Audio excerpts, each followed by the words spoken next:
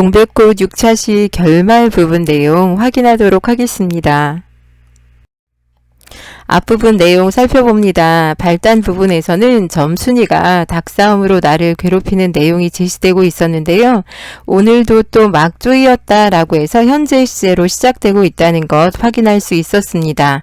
전개 부분 첫 번째 부분에서는 나흘 전에 점순이가 주는 감자를 내가 거절한 내용이 드러나고 있었고요. 두 번째에서는 점순이가 계속해서 자기 집 닭과 나의 집 닭을 괴롭히는 과거의 이야기가 제시되어 있었습니다.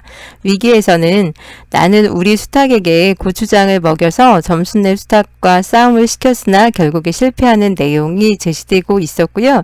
위기의 끝부분에서 오늘 아침에야 정신이 든 모양이다 라고 해서 현재, 과거, 현재로 돌아오는 역순행적 구성을 취하고 있다는 게 드러나고 있었습니다. 절정에서는 발단에서 드러나는 오늘에 이어지는 내용이었는데요. 나는 죽을 지경에 이른 자신의 닭을 보고 화가 나서 점순네 수탉을 때려 죽이는 내용이 제시되고 있었습니다. 결말 본문 내용 확인합니다. 나는 비슬비슬 일어나며 소매자락으로 눈을 가리고는 얼김에 엉 하고 울음을 놓았다. 그러다 점순이가 앞으로 다가와서 지금 얼김에라는 낱말 뜻 확인하고 갑니다. 어떤 일이 벌어지는 바람에 자기도 모르게 정신이 얼떨떨한 상태에서 점순이가 나에게 그럼 너 이다음부터 안 그럴 테냐 하고 물을 때야 비로소 살 길을 찾은 듯 싶었다. 나는 눈물을 우선 씻고 뭘 안 그러는지 명색도 모르건만 그랬는데요. 명색 그러면 겉으로 내세우는 구실, 뭘 안 그러는지도 모르는 상태에서 이제 대답을 했다는 건데, 점순이의 말에 담긴 의미는 자신의 호의를 무시하지 않을 것인지에 대한 질문입니다.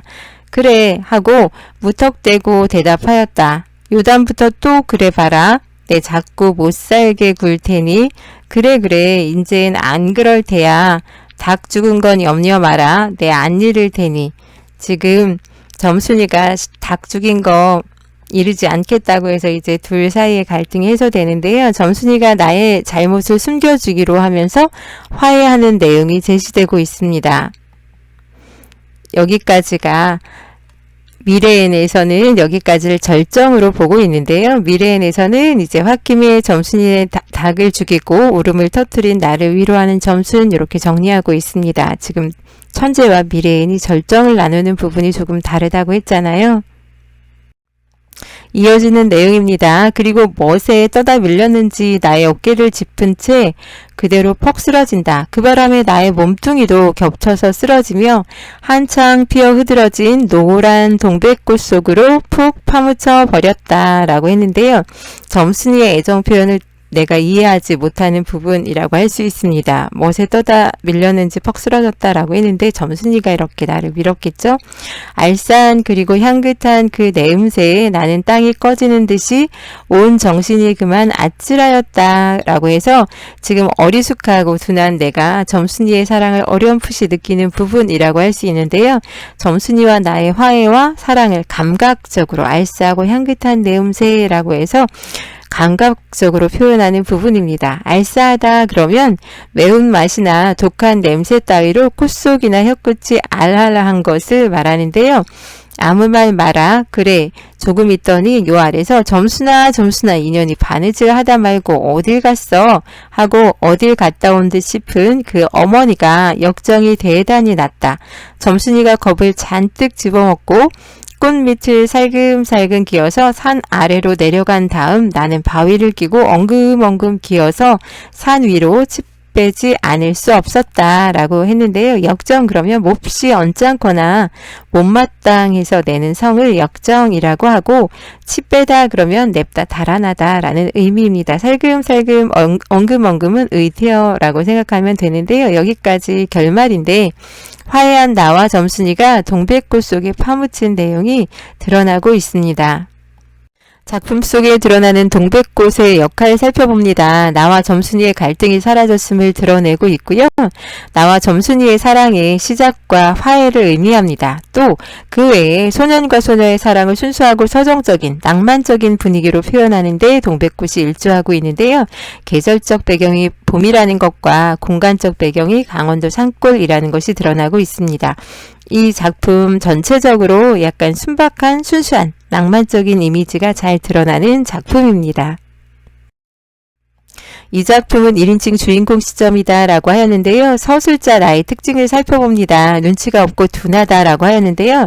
아직 사랑의 감정에 눈뜨지 못하고 있다는 것 알 수 있고 점순이의 행동과 말에 담긴 의미를 제대로 파악하지 못하고 자신의 생각대로 판단하고 있다는 것 알 수 있는데요. 이러한 나의 특징을 통해서 독자들이 다 알고 있는 점순이의 마음을 당사자인 서술자 나만 모르는 상황을 보여주어 웃음을 유발합니다. 어수룩한 나를 서술자로 설정해서 재미를 주고 있다. 해학적인 요소다라는 말 쓸 수 있는데요. 소설 전체가 해학적인 재미있는 분위기를 갖게 하고 소년과 소녀의 사랑이 조금 더 순박하고 순수하게 느껴지는 역할을 하고 있습니다. 작품에 드러나는 감자와 닭싸움의 기능도 살펴봅니다. 감자는 나에 대한 점순이의 애정 표현의 수단이 됨과 동시에 내가 거절하면서 갈등의 원인으로 작용하는 소재입니다. 닭싸움의 경우는 점순이가 내가 애정 표현을 거절하고 나서 나의 관심을 끌기 위해서 사용한 수단으로 나에 대한 서운함과 분노의 표출 수단이었습니다. 나와 점순이의 갈등을 심화시킴과 동시에 내가 닭을 죽인 후에 점순이가 이 사실을 비밀로 해주기로 하면서 갈등이 해소되는 역할을 하는 소재가 바로 닭싸움이라고 할 수 있습니다. 내용 정리합니다. 종조는 현대의 소설입니다. 1930년대 소설이라고 하였고요. 분량상 단편 소설입니다. 성격은 향토적이고 해학적인 분위기가 잘 드러납니다. 강원도 사투리도 드러나고 비속어를 통해서도 그 웃음을 형성하는 요소라고 할 수 있습니다. 배경은 시간적으로는 1930년대 계절적 봄, 공간은 강원도 농촌마을이라는 말 쓸 수 있고요. 제재는 사춘기 남녀의 사랑입니다. 소재로 감자나 닭싸움, 동백꽃 등이 이제 주요한 소재로 등장하고 있고요. 1인칭 주인공 시점입니다. 서술자 내가 작품 속의 주인공으로 등장하고 있습니다.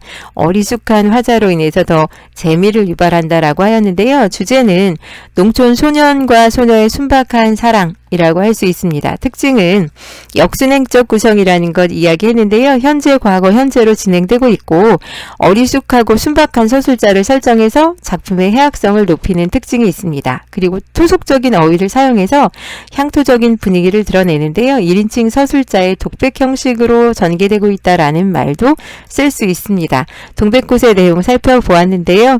오늘은 여기까지 합니다. 고생하셨습니다.